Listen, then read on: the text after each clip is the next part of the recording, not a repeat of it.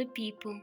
In today's lesson, we shall be discussing the following figures of speech: euphemism, hyperbole, apostrophe, oxymoron, and onomatopoeia.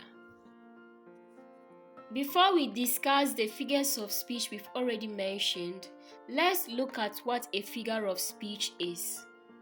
A figure of speech is a word or phrase that is used in a non-literal sense to create an effect. Euphemism. This is an indirect or mild way of saying something unpleasant or offensive so as to minimize the unpleasantness or offensiveness.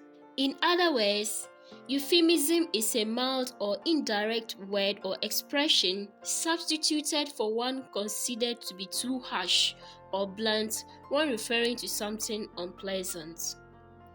Now let's take some examples. Example 1.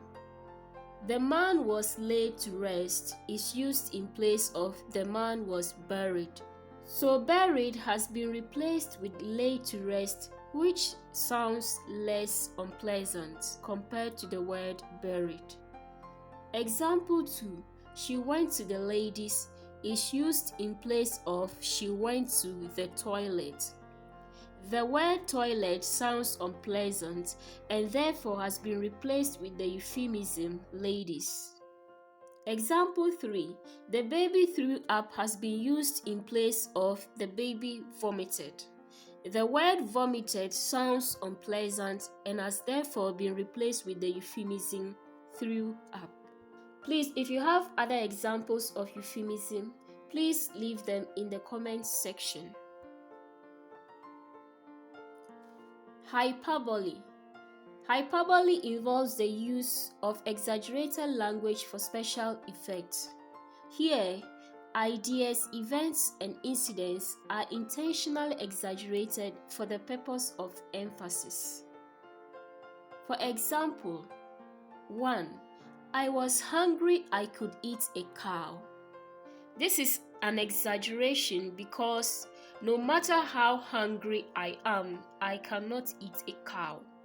But this statement is used to create a certain effect to indicate how hungry I was. Example 2. He is skinny as a toothpick. The use of hyperbole draws attention to the issue being exaggerated and tries to make it seem very serious. Now let us discuss apostrophe. Apostrophe is a situation in which some latent or non-existent person or thing is addressed as if present or capable of understanding what is being said. Apostrophe is a situation in which some latent or non-existent person or thing is addressed as if present or capable of understanding what is being said. For example, Twinkle, Twinkle, Little Star, How I Wonder What You Are by Jane Taylor. The little star is addressed as if present and can hear what is being said. So this is an example of an apostrophe. Oxymoron. Oxymoron is a combination of words that contradict each other. It is often referred to as contradiction. For example, cruel, kindness. The word cruel and kindness contradict each other. So when these two are brought together, they are called oxymoron. Open secret. Dark light. Let's discuss the last figure of speech in today's lesson: onomatopoeia.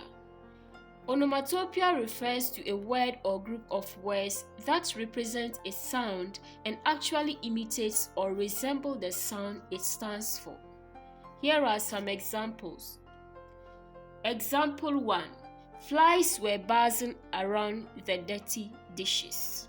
The word buzzing is onomatopoeic because It represents the sound made by flies and also resembles the sound made by flies. The birds were chirping. In example 2, chirping is also onomatopoeic because it represents the sound made by birds.